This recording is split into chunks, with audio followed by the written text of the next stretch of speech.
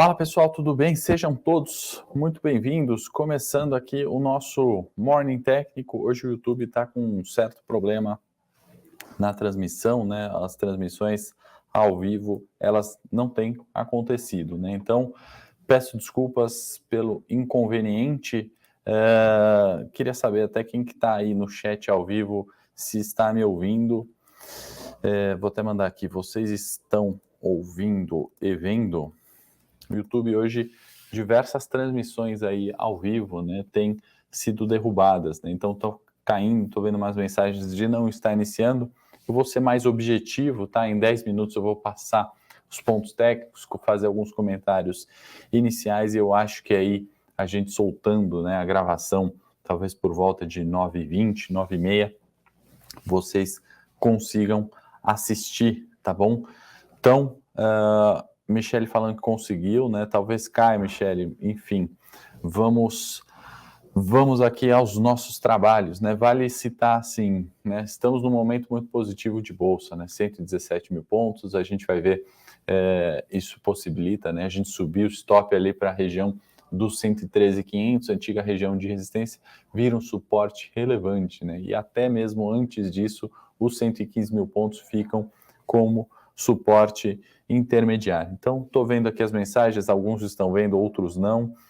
Peço desculpas de novo, né? É a questão do YouTube, né? Deixa eu até mandar no chat aqui, problemas no YouTube. Faço em 10 minutos e solto a gravação já já. Vai ao ar 9h30 no máximo. Então, pessoal, vamos compartilhar o gráfico do Ibovespa.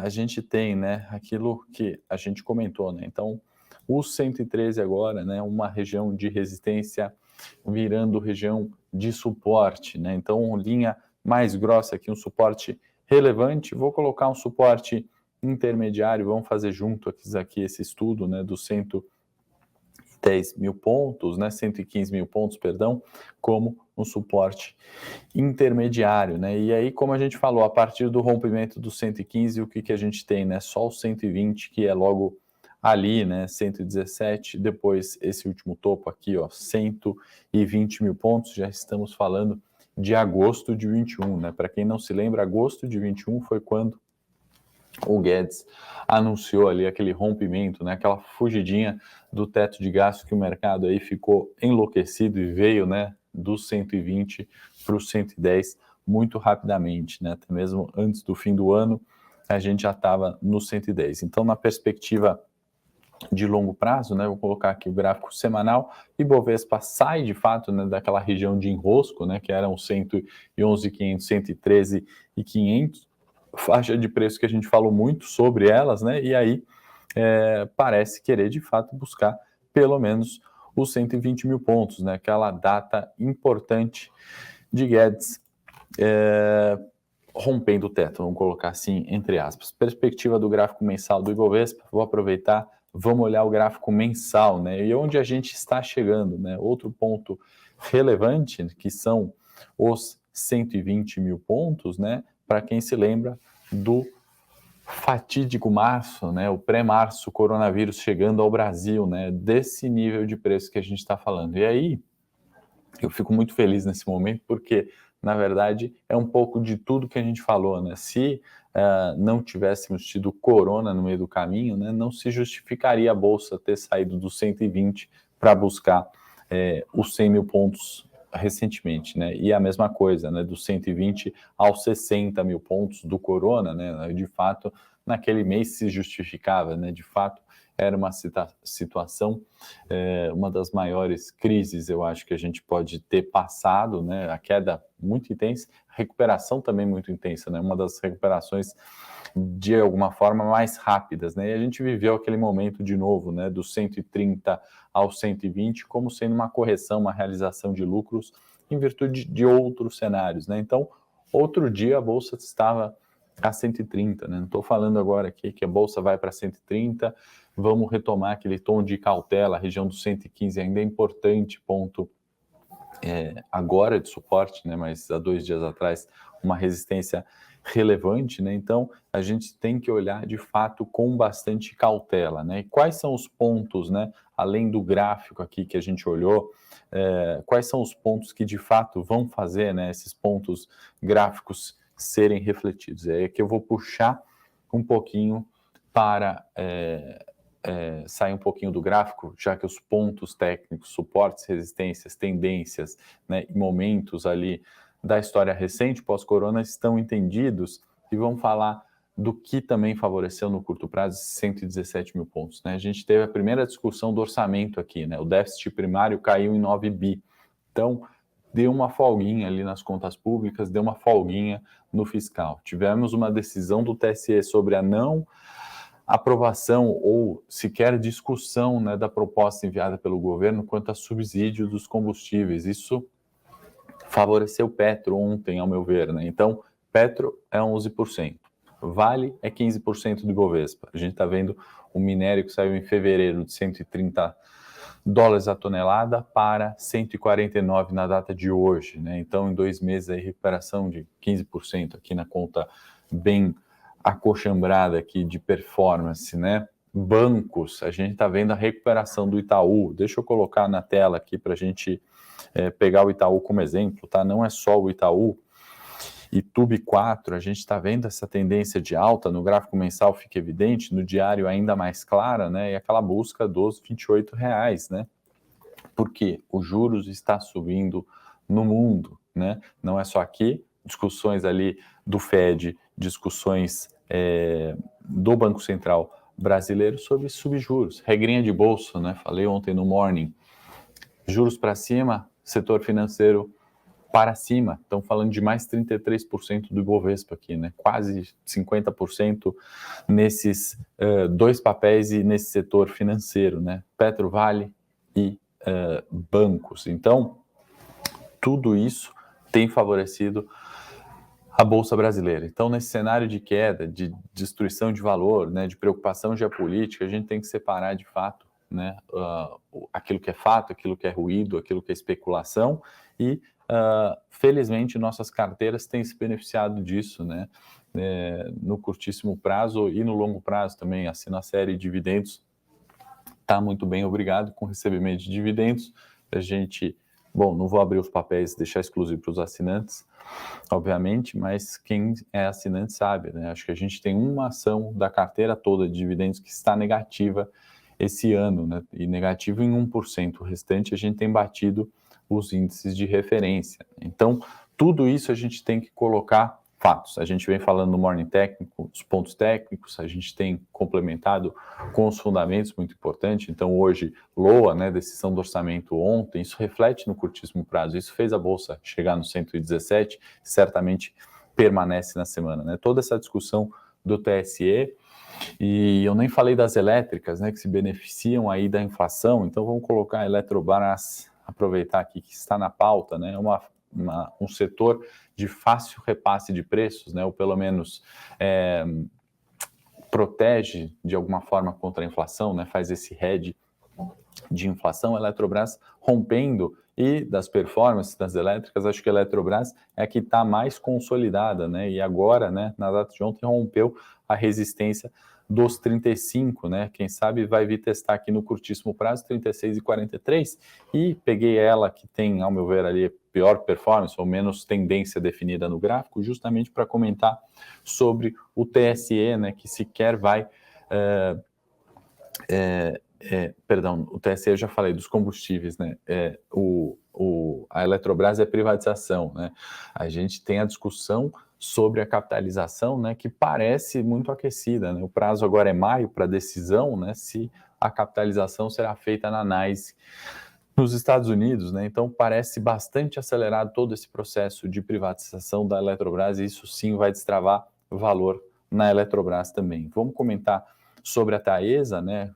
Acho que mais conhecida que essa no setor elétrico, seja para dividendo, seja para performance. Olha a performance de Taesa. Vou colocar o gráfico mensal para a gente entender, né? Últimos 4 meses o papel sobe, né? Só no último mês 8% de alta, né? Isso dá mais quase que o Ibovespa, né? Não é comum uma ação do setor elétrico, né, performar mais que o Ibovespa. E a gente está vendo isso muito em virtude da tensão geopolítica, né? Tensão na Rússia. Setor de carnes, importante falar, né? Hoje eu estou um pouco mais otimista com cautela, né? Otimista, mas não tropo. A gente teve redução de preços, né? Apesar do lucro recorde, balanço, né? Olha a análise técnica aqui funcionando, né? Olha o ponto de R$38, o que fez com o papel, né? Por isso que é importante a gente olhar a análise técnica e entender pontos. O lucro recorde da JBS, performance excelente, vou comprar, né? Você pode estar chegando no final da festa, né? Que a gente já teve esse falso rompimento aqui atrás, olha, os preços repetem, né? Então, você errar esse movimento aqui é muito prejudicial, né, para a sua performance no curto prazo. O que quer dizer isso? Se você entrou a 38,90 e saiu no final do dia, só ontem você perdeu 5%. Então, a gente pode evitar isso aqui, né? A gente pode deixar papel que andou muito subir e olhar para os outros 90 papéis do índice, não tem problema. Então, isso é uma armadilha mental. Behavior Finance estuda muito sobre isso e a gente tentou fazer nessa imersão de curto prazo também, né, algumas analogias com gatilhos mentais, né, como a psicologia também é importante. A gente não aborda tanto na imersão, o vídeo aula 2 que foi ao ar agora, né, tá liberado, você pode assistir, só se inscrever lá, e amanhã sai a videoaula 3, que a gente aborda estratégias, né, de curto prazo, o que fazer, né, como fazer para potencializar retorno no curto prazo, proteger carteiras de longo prazo, né, a gente não pode esquecer que o Ibovespa, né, ele caiu do 115 ao 110 em praticamente uma semana, né? Em outra semana, a seguinte, ele subiu do 110 ao 117, né? Não quer dizer que agora, né, por mais que a gente viu o ponto técnico do 120, que ele vai ali com tranquilidade. Não é essa a forma que a renda variável opera, que os preços operam, e nem a renda fixa, né, que a gente não acompanha tanto. Mas se a gente pegar curva de juros, até para fazer essa comparação com a renda fixa, né, que a gente acha que é tranquilo, que não tem risco, olha a oscilação, né, na última semana eu posso testar os 12,80, né, de juros, a gente veio buscar aqui de novo os R$12, né, essa variação em juros é muita coisa, é bastante mesmo. E se a gente voltar uma semana para trás, a gente teve ainda uma oscilação ainda maior, só que de alta, né, dos 11,60 até os 12,80, isso aqui é abissal, né, em 7 dias para juros, para quem acompanha a curva, sabe o que eu estou falando. Mas vamos deixar renda fixa para lá, reforçar o convite para essa imersão de curto prazo, a volatilidade vai continuar, né? Daqui a pouco começa a questão eleitoral. Só essa notícia do TSE, né, que a gente comentou, teve grande impacto mesmo, seja nos juros, seja na vol de mercado, né? Essa é uma única notícia exclusiva que, ao meu ver, tem totalmente a ver com eleição, né? A votação é técnica, né? O TSE muito técnico, recusando uma proposta que talvez de fato seja abstrata mesmo do governo, mas a gente não pode ser inocente e falar que não tem um jogo político por trás disso, seja do governo em querer subsidiar combustível, seja do TSE em negar esse subsídio, né? Então a discussão aqui, infelizmente, de dois, tanto o executivo como o TSE, né, que são extremamente técnicos, pautadas ali no jogo político, né? A gente não está discutindo se de fato é a melhor forma subsidiar combustível, né? Não é essa a questão. A gente não está discutindo se a Petrobras deve ou não fornecer, né, redução de combustível, lucrar menos para a gente pagar menos no combustível e beneficiar na inflação e a gente gastar em outros bens, né? Não é essa a discussão, infelizmente. Nesse caso a discussão é política e isso vai começar a gerar ainda mais volatilidade, por isso é importante assistir para conhecer essa imersão de curto prazo, é de graça, não é nada pago, são 3 videoaulas gratuitas para você conhecer formas, né, e aí específicas, estratégias específicas para que os gestores sempre usam. O fundo de ação que você investe usa essa estratégia, só não te conta, né? Outros investidores de longo prazo usam essa estratégia, não te contam. Alguns que usam essa estratégia sem saber exatamente, usam de forma errada, e aí te contam e você fica com medo do curto prazo. Então vamos abrir a mente, né? Esquecer que diversificação, né? Não esquecer que a diversificação é importante, então tenha renda fixa, tenha seu investimento de longo prazo, faça a sua reserva de emergência, tenha o dinheiro disponível ali, talvez numa conta que te dê cashback ou renda um CDB para aquela despesa imediata, conta de luz, escola do filho, roupa, enfim, o sorvete, um almoço diferente também, né? A gente não pode só fazer poupança e se privar, né? Eu tô com o gráfico do Bovespa, voltando aqui para os gráficos, né? Vou deixar o link na descrição do vídeo sobre a imersão de curto prazo, inclusive eu acho que eu vou deixar na descrição, imersão de curto prazo, e aí eu vou concluir com o Bradesco, né? Até para falar sobre a estratégia, né? E sobre a imersão, não é que é a fórmula mágica, né? O segredo do sucesso, né? Nada disso. E vou comentar dentro dessa estratégia das 11 operações que fizemos, né? A média de ganhos foi de 100% por operação. É claro, gerenciando o risco. E em Bradesco, a gente perdeu, né? A gente estopou a operação, perdemos os 8 centavos da operação, avaliando o ponto técnico, R$21, como eu falei aqui, né? Resistência, consolidação, e aí veio o pós-balanço, né? A expectativa era muito positiva, foi até os 23 e voltou, né? Frustrou o balanço, veio para baixo dos 21. Nesse momento, né, do ponto de vista técnico, ao meu ver, valia muito a pena, né? Isso era 9 de fevereiro, a gente comentou, né? Opa, exageraram demais, ao meu ver, no balanço, exageraram demais agora nesse teste desse suporte, R$21. Entramos na operação aqui, tá? Isso é um caso de fracasso, ou melhor, né? De stop de risco, né? De gerenciamento de risco. Quando tudo der errado, né? O que você vai fazer? Nesse caso, a gente perdeu 8 centavos. Por quê, né? R$21, falei, vale comprar Bradesco, R$20 vale comprar Bradesco, está abaixo da resistência, exageraram aqui no balanço, fundamento, pessoal, o mercado não está entendendo direito fundamento de Bradesco, vou comprar aqui, não era ação, né? Era uma opção. Nesse caso, os primeiros dias da operação, maravilha, né? Voltou já para os R$21. Falei, isso aqui é rompimento de resistência. Eu gosto de compartilhar isso porque vocês que operam gráfico, né? Certamente já passaram essa situação, né? Então, vai romper aqui, né? De fato, olha, adivinhei que de fato o mercado exagerou. Eu estou certo, o mercado está errado. Começou, né? Repique de preço. Falei, aqui vai romper.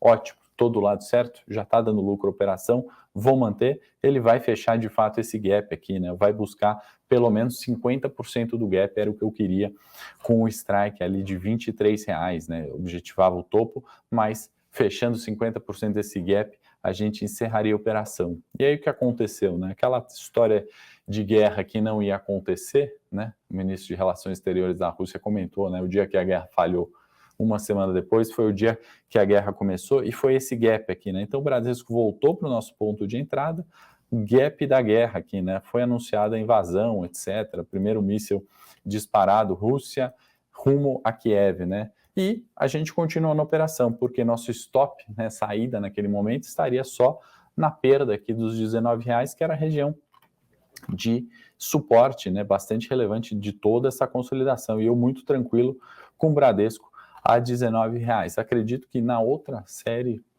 talvez até recomendamos uma compra da ação aqui, porque, de fato, ao meu ver, R$19 era uma discrepância do ponto de vista técnico, do ponto de vista de fundamento. E aí o Bradesco começou a recuperar preços, voltou, né, para os R$21, só que naquela estratégia a gente corria contra o tempo, né? A gente tinha uma data de vencimento para aquela operação dar certo, né? Nesse caso, os quase 2 meses aqui, né, chegava ao fim, na verdade foi de 10 de fevereiro, né, e aí o vencimento seria a última sexta-feira aqui, né, dia 18, né, então foi válida, a gente corria contra o tempo até o dia 18, olha só, no dia 18 voltou para o nosso ponto de entrada, né, um pouco acima, inclusive, do nosso ponto de entrada, nos R$21, porém, né, naquele momento, a gente já não tinha mais tempo da operação, e aí, por uma ironia ou não do mercado, isso não me afeta mais e não tem que afetar o investidor institucional, o gestor, né? Apenas 3 dias, né? Ele conclui um alvo daquela operação que poderia ter dado muito certo, né? Então aqui foi uma estratégia bem pensada, com risco gerenciado, a gente perdeu 8 centavos nessa operação, né, por opção, e aí 3 dias depois do nosso prazo ter acabado, por ironia não, o mercado, o Bradesco, vai lá testar os 22,10, né, com esse movimento todo de juros subindo, né, a tese aqui era correta, né, o que foi errado é que a gente tinha 1 mês e meio para que isso desse certo, né, e aí foi 1 mês e meio mais 3 dias para isso dar certo. Isso faz parte, então, como a gente não tem a capacidade de prever futuro, mas sim de avaliar fatos, né, a gente tem que ter uma estratégia e um racional muito bem definido. A Michelle aí é a prova, né? Tá falando, faltou uns dias no prazo. Exatamente, Michelle. Infelizmente, 3 dias, mas é para isso a gente tem que saber, né? Quando e o que fazer, né? Quando a estratégia não conclui o alvo naquele momento. Então, valia, né? Na nossa entrada de 8 centavos, valia o risco, né? A gente estaria perdendo 8 centavos no limite da operação. Então, foi isso.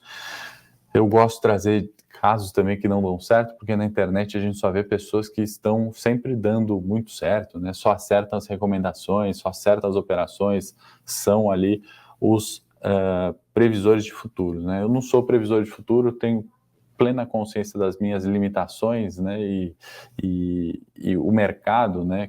Quem está ali há muito tempo, né? Isso, a fala não é minha, né? O Ray Dalio, que é um investidor ali mundialmente conhecido, um dos melhores gestores do mundo, né? Ele fala isso, né? A gente não tem ele critica muito previsões, né? E é muito bacana. Eu vou fazer um material sobre ele, mas não é sobre ele aqui, é sobre trazer, né? O que fazer quando a estratégia dá errado. E nesse caso, né, do ponto de vista técnico, eu não considero nem errada a estratégia. Na verdade, o tempo se esgotou. O tempo era uma das variáveis daquela estratégia. E se uma das variáveis ali desse errado, e no caso o tempo foi a que deu errado, quanto que a gente perderia com isso, né? A gente perdeu o mínimo necessário, que nem sequer afetou esses outros 9 ganhos ali que a gente teve, né, dessas 11 operações que fizemos, tá? Então, agradeço aí o comentário da Michelle. Vocês podem reduzir na metade, a Michelle sempre é muito gentil, ela que acompanha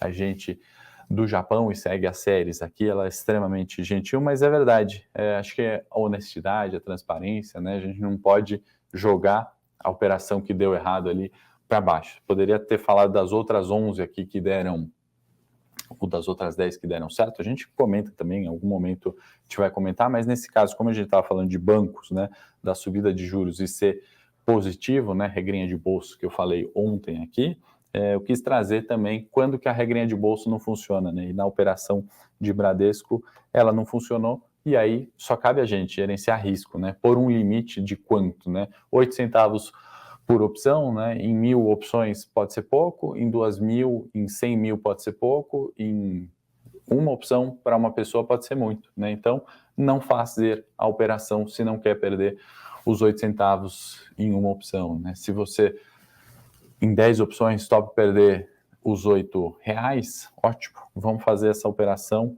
no longo prazo, está muito certo, pode acreditar em mim, eu dedico boa parte aqui do tempo da minha carreira e da minha vida olhando o mercado, né? Nisso eu posso falar que alguma coisa eu sei. Para outros assuntos eu posso ser um completo ignorante, mas eu tenho consciência disso e aí eu uso outras pessoas, né? Conto com outras pessoas para me ajudarem em outros temas. Fechado? Bom, pessoal, vou soltar o ar aí a gravação. Muito obrigado pela presença. Desculpe, o YouTube falhou hoje aí nas transmissões ao vivo. Um grande abraço. Amanhã, 8h50, dando tudo certo com o YouTube, estou de volta.